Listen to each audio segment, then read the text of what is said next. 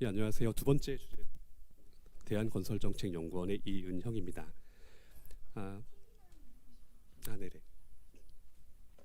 네, 지금 중대재해법이 등장을 하면서 건설업계에서도 많이 긴장을 하고 있습니다. 그리고 실제로 이 부분은 중요한 사안이기도 합니다. 자, 오늘 발표되는 정부의 보도자료를 보게 되면 오늘은 2021년 산재 사망 사고 감소 대책이 발표가 됩니다. 그리고 이 내용을 보게 되면 맨 처음 나오는 것이 역시 건설업에 대한 얘기입니다. 그래서 그 본문 내용에서도 최근 5년간 발생한 산재 사망 사고 현황은 건설업과 제조업의 비중이 74.1%, 건설업에서는 추락 사고가 56.7%라고 명시가 됩니다. 즉 건설업에서 발생하는 상당수의 사고가 좀 원시적이라는 얘기입니다. 후진국적 사고라는 얘기죠. 자, 그런데 제가 평소에 일을 하거나 어떤 발언을 할 때는 사실 기업 친화적인 시각에서 많이 발언을 합니다. 사업주 입장도 이해를 많이 하고요. 하지만 이번에 나온 중대재해법 같은 경우에는 분명히 엉성한 부분이 있습니다. 보완해야 될 부분도 있고요. 그럼에도 불구하고 제가 이번 사안에 대해서는 꼭 사업주 쪽의 입장만을 볼 수가 없고 도대체 왜 저런 것까지 나왔을까라는 내용을 평소에 생각하고 있었습니다. 그래서 오늘 발표될 내용은 세 가지 파트로 나눠집니다. 첫 번째는 중대재해법 및 관련 현황, 그리고 두 번째는 규제, 자율, 제도 보완, 실행 이렇게 되고 마지막 파트는 나아갈 방향으로 진행을 하겠습니다. 자, 시작하기 앞서 저희가 영화 포스터 하나를 보겠습니다. 저 영화 제목은 1990년대에 나온 레인메커라는 영화입니다.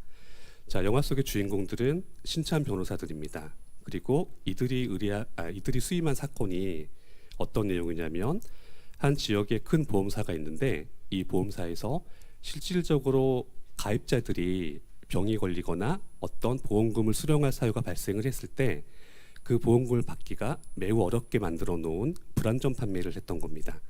그래서 이 사람들이 소송을 진행을 하고 이기기 직전까지 갑니다. 그때 상대방 로펌에서 연락이 옵니다. 어차피 이대로 판결이 나가게 되면 큰 규모의 배상액이 나올 거다. 그런데 이 금액이 나오게 되면 해당 보험사가 파산을 할 거기 때문에 너희들은 돈을 받지 못할 것이다. 그러니까 판결로 가기 전에 우리가 돈을 많이 줄 테니까 이 금액으로 합의를 하는 것이 너희에게 더 좋은 방법이다 라고 회유를 합니다. 그래서 이 변호사들이 의뢰인들과 고민을 합니다. 과연 돈을 받고 끝낼 것이냐 아니면 올바른 선례, 그 사회에 올바른 것을 만들기 위해서 판결로 갈 것이냐. 그리고 이들은 결국 판결을 택합니다. 그리고 판결에서 어마무지한 금액의 징벌적 배상액이 책정이 되고 해당 보험사는 파산 신청을 합니다. 즉 이 사람들을 돈을 못 받은 겁니다. 자, 이 얘기를 제가 앞서 들은 이유는 아니 한국에서 오죽했으면은 저 중대재해법이라는 내용까지 저렇게 구멍이 많이 있는 것까지 나왔을까라는 내용을 꺼내려 했던 겁니다. 자, 일단 관련 내용은 앞에서 말씀하신 것과 똑같습니다.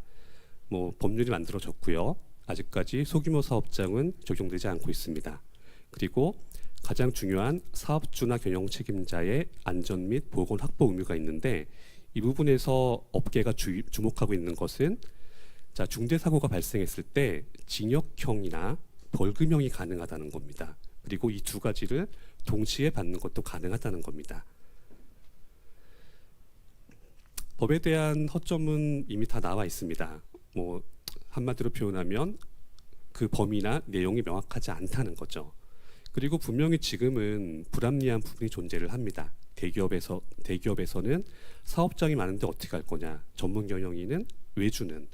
특히 건설업에서는 공식적으로는 존재하지 않는 내용이지만 현실에서는 제하도급이 존재하고 있습니다. 이런 경우 어떻게 할 거냐.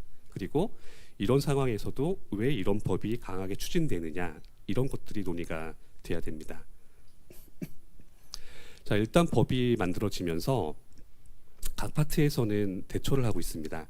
우선 공공 부분에서 대처하고 있는 것을 보게 되면 일단 고용노동부에서 만드는 방법은 강력한 규제와 감시 감독입니다. 전담 기구도 만들고 건설업은 특별 감시하겠다 이런 내용입니다. 그리고 근로복지공단에서는 관련된 뭐 웹서비스를 게시하고 판례를 무료로 공개하겠다라는 내용입니다. 물론 이런 부분 중에 일부는 중대재해법이 없었더라고 하더라도 나왔을 내용입니다. 하지만 지금 시점에서는 이게 중요한 내용입니다. 특히 고용노동부의 대처 방법은 저희 업계에서는 우려하는 부분이 있는데 가장 큰 이유는 자, 지금까지와 똑같이 규제와 감독을 좀 더 철저히 해서 사고를 방지하겠다라는 것이 초점이고, 자, 그렇게 안전 관리를 좀 더 명확히 심도 깊게 하기 위해서는 거기에 소용되는 비용을 어떻게 할 것이냐라는 것은 저 부서에서는 논의하지 않고 있습니다. 그리고 국회에서는 최근에 아주 주목할 만한 법이 통과가 됐습니다. 샌드위치 패널 얘기죠. 자, 이미 10수년, 20년 전부터 손해보험사나 재보험 업계에서는 샌드위치 패널에 대한 위험성을 얘기해왔습니다. 왜냐하면 제품을 만드는 안전 규정에서는 패널 자체에 대한 방화 시험이 이루어지지만 실제 사고는 이 패널의 바깥쪽 부분 있죠. 안에 단열재에 바로 불길이 닿는 경우에 그런 경우에 화재가 빨리 번지기 때문에 저 자재가 절대로 안전 규정에 나와 있는 것처럼 안전한 것은 아니다라고 얘기를 해왔는데 이번에 드디어 바뀌게 된 겁니다. 즉 패널 사이에 들어가는 단열재를 준불연재로 만들도록 의무화된 겁니다. 당연히 그런 부분들은 그라스를 사용하는 대기업들 중심의 제품이기 때문에 중소 중견 업체들은 여기에 반발하고 있습니다. 그런데도 저게 개정이 됐다는 게 중요한 사실입니다. 그리고 국토부에서는 뭐 관련 법령도 추진하고 있고 발주자가 적정 공사비와 공기를 제공하도록 규정을 만들고 있습니다. 사실 이런 부분은 논란의 여지가 있습니다. 왜냐하면 업계 쪽의 입장에서는 발주자가 적정한 공사비와 공기를 책정해 주는 게 더 공정하다고 생각을 합니다. 하지만 실무적인 측면에서 본다면 아니 발주자가 애초에 그럴 만한 능력이 있는 뛰어난 기관이었다면 그냥 직영 공사를 하면 되지 왜 도급 계약을 하겠습니까? 애초에 발주자가 건설 공사에 관한 충분한 지식이나 수행 능력이 없기 때문에 도급 계약을 하고 일을 맡기는 겁니다. 이렇게 되면 적정 공사비나 공기를 판별할 수 있는 가장 정확한 주체는 해당 관련 공사를 많이 해본 건설사가 되는 겁니다. 그래서 이 부분에 대해서는 약간 논란의 여지가 있지만 어쨌든 정부 당국의 입장으로는 현 시점에서 할 수 있는 최대한의 노력을 하고 계신 겁니다. 자, 민간 조직은 더 열심히 뛰고 있습니다. 일단 사고가 나면 처벌받을 수 있다는 것이 있기 때문에 안전 조직을 만들고 마치 뭐 일부 부분에서는 한 10수년 전에 각 대기업마다 고객 만족이 이슈가 되던 때에 고객 만족 담당 부서장을 뭐 사장급으로 올린다든가 이런 대처가 나온 것처럼 일부 업체에서는 최고 안전 책임자를 사장급으로 격상한다든가 이런 방법도 하고 있습니다. 그리고 뭐 이렇게 VR 시스템이나 요즘 많이 하는 뭐 드론 이런 것들을 이용해서 하겠다는 방법도 나오고 있습니다. 그리고 어떤 업체에서는 건설 현장에서 위험 요소가 발견되었을 때 근로자가 작업을 중지할 수 있도록 하겠다는 근로자 작업 중지권도 보장을 하겠다는 내용을 말하고 있습니다. 사실 이 부분은 건설업체 입장에서는 위험한 내용이 될 수 있습니다. 왜냐하면 사실 저런 부분은 일본 도요타 자동차가 미국에 진출하면서 캘리포니아의 한 자동차 업체를 인수하고 적용했던 방법과 동일한데 그때는 해당 제조업체의 근로자들이 그렇게 기업에 반발하거나 반대적이지 않았기 때문에 가능했던 건데 한국에서는 건설 노조나 이런 부분들의 문제가 존재하는 상황입니다. 그래서 저 회사가 근로자 작업 중지권을 보장하겠다고 하는 내용은 굉장히 이례적인 내용입니다. 그리고 현재 업계에서는 뭐 관련 법에 대해서 개정하거나 완화되는 내용을 추진하고 있습니다. 그 세부적인 내용은 현재 관련 협회에서 대회비로 되어 있기 때문에 제가 내용을 넣지 못했고 일단 방향성만 제시를 했습니다. 그리고 그 예를 들어 어떤 식으로 되어 있는지 하나만 말씀드리면 첫 번째에 두 번째 란에 중대재해의 범위 축소가 있습니다. 그리고 적용기한 설정 및 사망자 수 조정이 있습니다. 자, 지금 현행 법에서는 1명 이상 사망자가 발생하면 처벌을 받습니다. 그런데 업계에서 개정하겠다고 하는 내용은 일단 기간을 설정합니다. 그리고 1년 이내 2명 이상 사망자 발생 이렇게 합니다. 이렇게 되면 처벌받을 수 있는 여지가 훨씬 줄어들게 되죠.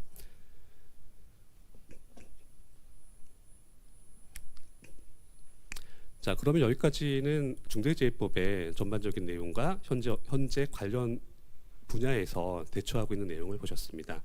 그러면 과연 왜 이렇게 일면 무모하게까지 보이는 법안이 한국에서 진행되고 있는 것이냐를 볼 필요가 있습니다. 자, 다들 아시는 것처럼 국내에서는 사고가 늘 반복이 됩니다. 항상 사고가 발생을 하면 나오는 것들은 제도적인 보완을 하겠다라고 발표가 되고 뭐 3대 무슨 과제, 뭐 5대 뭐 실행 과제, 10대 무슨 과제가 발표가 됩니다. 하지만 이게 효과가 있느냐라고 하면 대부분 효과가 없습니다. 실제로 2008년에 이천 냉동 창고 신축 전장 화재가 있었고 2000년에 또 화재가 있었는데 그리고 바로 3개월 뒤에 용인에서 또 물류센터 화재가 났습니다. 저게 샌드위치 패널을 사용 중에 화재가 나서 급격한 연기 확산으로 인해 작업자들이 대피할 시간이 없었다는 겁니다. 그런데 앞서 보셨던 법안 개정으로 인해서 앞으로는 그러니까 종전에 사용하던 저가의 샌드위치 패널이 사용되지 않기 때문에 추후로는 저런 유형의 사고가 발생할 가능성은 줄어들게 됩니다. 그리고 가장 최근의 것은 평택 물류센터의 사고입니다. 저거 내용 조사한 거 간단합니다. 어쨌든 시공을 제대로 안 했다는 겁니다. 감리업체가 감리도 제대로 하지 않았고 어쨌든 저런 내용은 전부 인재에 해당됩니다. 자, 그렇게 되면 왜 건설사들이 저렇게 인재를 계속 반복하는 걸까요? 그 이유는 어쨌든 건설 업계에서는 명확한 내용들이 있습니다. 공사비가 박하다, 안전관리에 쓸 돈이 없다, 이런 내용들이 주로 통용되고 그 근간에서 그렇다면 눈에 보이지 않는 부분에서 비용을 아끼는 만큼 우리 이익으로 남는 거 아니냐 이렇게 진행이 됩니다. 그렇게 되니 저런 사안들이 늘 반복이 되는 거고 저 사례에서는 사고가 발생을 한 것이지 사고가 발생하지 않은 사례에서도 저런 유형이 반복되지 않는다고는 확신할 수가 없는 상황입니다. 자, 그럼 이렇게 그릇된 관행을 어떻게 봐야 되는가? 단순하게 우리 사회에 안전 불감증이 만연하기 때문에 문제가 되는 것이냐 이렇게 접근하면 답이 나오지 않습니다. 왜냐하면 우리 대한민국에서 제도적 개선이나 어떤 작업 수칙의 작성, 즉 매뉴얼이죠. 자, 이런 부분은 지금까지도 충분하게 되어 있습니다. 단지 우리에게 부족한 것은 실행 역량입니다. 그렇다면 그 실행 역량을 어떻게 하면 현실화시킬 수 있을 것인가? 이 부분에서 비용 문제가 들어가게 됩니다. 자, 저희가 건설 현장을 열어보겠습니다. 아파트를 하나 짓거나 건물 하나 지을 때 우리가 완공된 건물에 들어가면 계단실에 난간도 있고 안전합니다. 하지만 공사 중인 상황에서는 그런 난간들이 다 설치되어 있지 않습니다. 그리고 개구부도 많이 있죠. 원래 규정대로 한다면 그런 개구부마다 모두 위험 표지를 설치하고 안전 관리를 해야 됩니다. 그런데 그 숫자가 너무 많으니까 결국에는 돈으로 이어지고 그걸 안 하게 되는 겁니다. 단순하게 이 부분은 강력한 규제만으로 해결할 수는 없는 사안입니다. 왜냐하면 제가 실제로 서울시 현장 감사를 나가보게 되면 대부분 아시는 것처럼 건설 현장에 대한 감사는 서류상으로 진행을 합니다. 그렇게 되면 제일 많이 걸리는 것들이 서류상의 미비점을 잡게 되는데 이렇게 되면 그 책임은 대부분 건설사가 아닌 감리사가 지게 됩니다. 그래서 현장 감리사 분들은 늘 항변합니다. 아니 맨날 하지도 않으면서 이거 하게 되면 감리만 잡는다고. 안타깝지만 지금 현실이 그렇습니다. 그래서 중대재해법에 대한 내용들이 조금 더 와닿게 되는 상황입니다. 자, 그렇다면 이렇게 현재 업계에서 관행화된 안전 경시를 바꾸려면 어떻게 해야 되는가? 즉 두 가지가 다 필요하게 됩니다. 일단은 바꿀 만한 여건을 줘야 됩니다. 그리고 이 건설사들이 단순하게 돈을 더 안전관리에 소요되는 비용을 더 줬다고 해서 안전관리를 철저하게 할 거라는 보장은 누구도 할 수 없습니다. 왜냐하면 안전이란 분야 자체가 사고가 나야 눈에 보이는 분야고 사고가 나기 전까지는 아무 이유 없이 안 써도 되는 비용에 불과하다는 인식이 있기 때문입니다. 따라서 중대재해법이 지금처럼 엄격한 처벌을 전제하면서 동시에 건설업체들이 안전관리를 실행할 수 있는 충분한 여건이 제공된다면 이 부분에 대해서는 문제가 없게 됩니다. 여기에 걸리는 게 이제 그러니까 전체 공사비, 업계에서 말하는 적정 공사비와 그리고 건설 공기에 되어 있습니다. 그리고 이 부분은 사실 사측의 문제라고도 볼 수가 없는 게 그 현장 나가 보시면은 근로자분들 중에서 특히 고령화가 심한 죄송합니다. 고령화가 심화되고 외국인 근로자가 많은 국내 현장에서는 그 안전 조치 다 하라고 그래도 안 하는 경우가 있습니다. 그래서 분명히 회사 입장에서 안전 조치를 다 했는데도 불구하고 근로자 부주의가 되는 경우가 없는 것이 아닙니다. 그런데 현재 중대재해법에는 이 부분이 빠져 있습니다. 그리고 뭐 간단한 얘기지만 그 지금 화면에 우측 하단에 있는 저 텍사스 사례는 그냥 간단하게 넣은 겁니다. 자, 민간에게 돈을 주고 이걸로 다 해라라고 하게 되면 정말 할 것이냐라는 겁니다. 자, 미국에서 뭐 올해 유명했죠. 갑자기 눈이 안 오던 곳에 눈이 많이 내려서 다 얼어서 전기가 공급되지 않았다. 그리고 그 뒤에 원인들이 나왔습니다. 뭐 민간 업체들에게 전력 발전을 맡기다 보니까 발생 가능성이 거의 없는 희박한 위기 상황에 대해서는 대처 방안을 해놓지 않았다는 것이죠. 예를 들면 발전기 터빈에 성해를 제거하는 장치 같은 것처럼 텍사스에서 잘 혹한이 오지 않으니까 미리 그런 거 해놓는 거는 비용이다. 이렇게 인식하고 하지 않았다는 것도 원인의 하나로 지목되고 있습니다. 그런 비슷한 맥락에서 건설업계가 지금 안전관리를 다루고 있습니다. 자, 그럼 이 부분을 민간의 자율로 개선할 수 있는 것이냐 아니면 규제로 가야 하는 것이냐 논의가 있을 수 있는데 저는 이 부분이 둘 다 필요하다고 생각합니다. 앞서 말씀드린 것처럼 돈을 준다고 해서 해당 특히 중소업체에서 그렇겠죠. 중소업체의 사업주가 우리는 돈을 쓰지 않겠다. 이거 안 쓰고 남기면 내 돈 아니냐. 이렇게 돼버리면 이건 돈 주는 게 의미가 없습니다. 그렇다 하더라도 강력한 규제로 해결할 수 있을 것인가. 이미 국토부나 뭐 서울시나 관련 많은 기관들이 현장 감사를 합니다. 관련 현장들에 대해서. 서울시 같은 경우에는 감사부서가 하나가 아닙니다. 그래서 같은 현장에 대해서 2번, 3번까지도 각각 다른 부서에서 감사가 나갑니다. 그럼에도 불구하고 지적사항들은 거의 비슷하게 나옵니다. 같은 분야에서. 자, 이렇게 되면 결국에는 규제만으로 해결할 수 없기 때문에 규제와 민간의 동기 요인을 끌어낼 수 있는 방법을 둘 다 해야 된다는 결론이 나옵니다. 그리고 중대재해법에 대한 필요성을 논하면서 지금까지 자주 제시되었던 사례 하나가 포드핀토 사례입니다. 포드핀토 사례 복잡하지 않습니다. 미국의 포드사에서 1970년대에 핀토라고 하는 자동차 모델을 출시했습니다. 그런데 이 자동차 모델에 설계상의 결함이 있어서 저 차가 후방 추돌을 당하게 되면 화재 발생 가능성이 매우 높다라는 것이 판매 이후에 발견이 됐는데 그 부분을 개선하거나 리콜한 것이 아니라 그냥 판매했다는 겁니다. 그리고 그에 대한 근거는 자, 사고가 자주 발생하는 게 아니니까 해당 사고가 발생할 때마다 배상금을 물어주는 비용과 사고 발생하기 전에 판매된 모든 자동차를 리콜하고 판매되는 자동차를 개선하겠다에 들어가는 비용을 비교했을 때 차라리 돈 물어주는 게 더 싸다는 결론이 났다는 겁니다. 그래서 저 사례를 가지고서 중대재해법이 필요하다 이런 주장들도 많이 나왔습니다. 하지만 저 사례는 분명 교훈적인데 저게 국내에서 가능한 것이냐? 국내에서는 좀 내용이 다릅니다. 일단 국내에서는 징벌적 손해배상의 개념이 도입되었지만 실제 적용되는 경우가 많지 않습니다.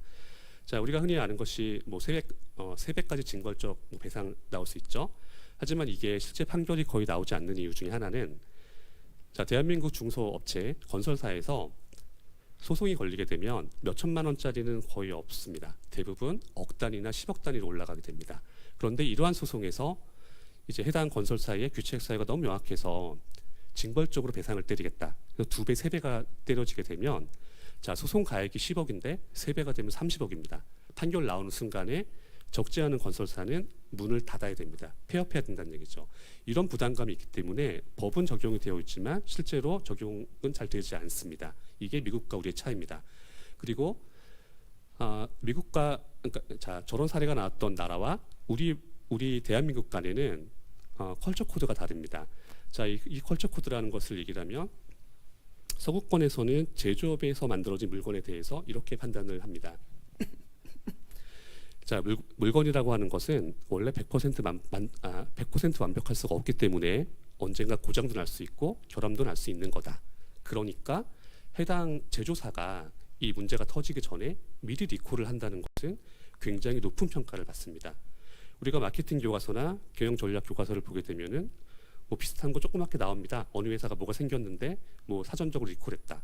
우수하다라고 하지만 국내 적용은 안 됩니다. 왜냐하면 대한민국 사람들은 제조물에 대한 접근 마인드가 다릅니다. 우리 마인드에서는 제조된 물건들은 완벽해야 됩니다. 판매자는 완벽한 물건을 팔아야 됩니다. 그런데 결함 있는 물건을 팔았다고 하면 그건 니네가 리콜하는 게 당연한 거고 수정하는 게 당연한 거다라고 인식을 합니다.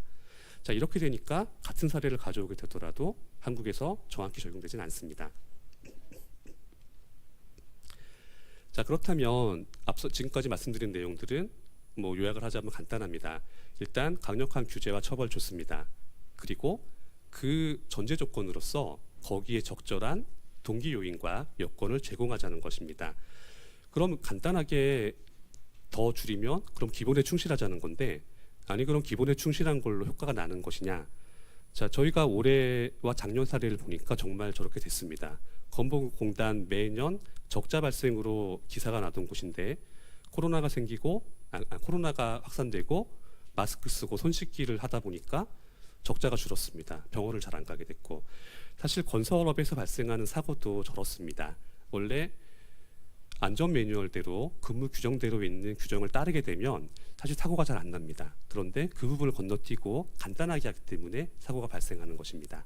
따라서 건설업에 대한 규제나 처벌 같은 것도 저런 맥락에서 돈을 써서 신장비를 들여오고 뭐 최신 설비를 갖춘 이런 게 아닙니다.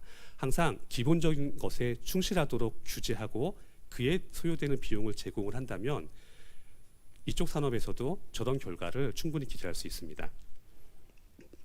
자, 그럼 저희 업계가 나가야 될 방향을 간단하게 말씀드리겠습니다.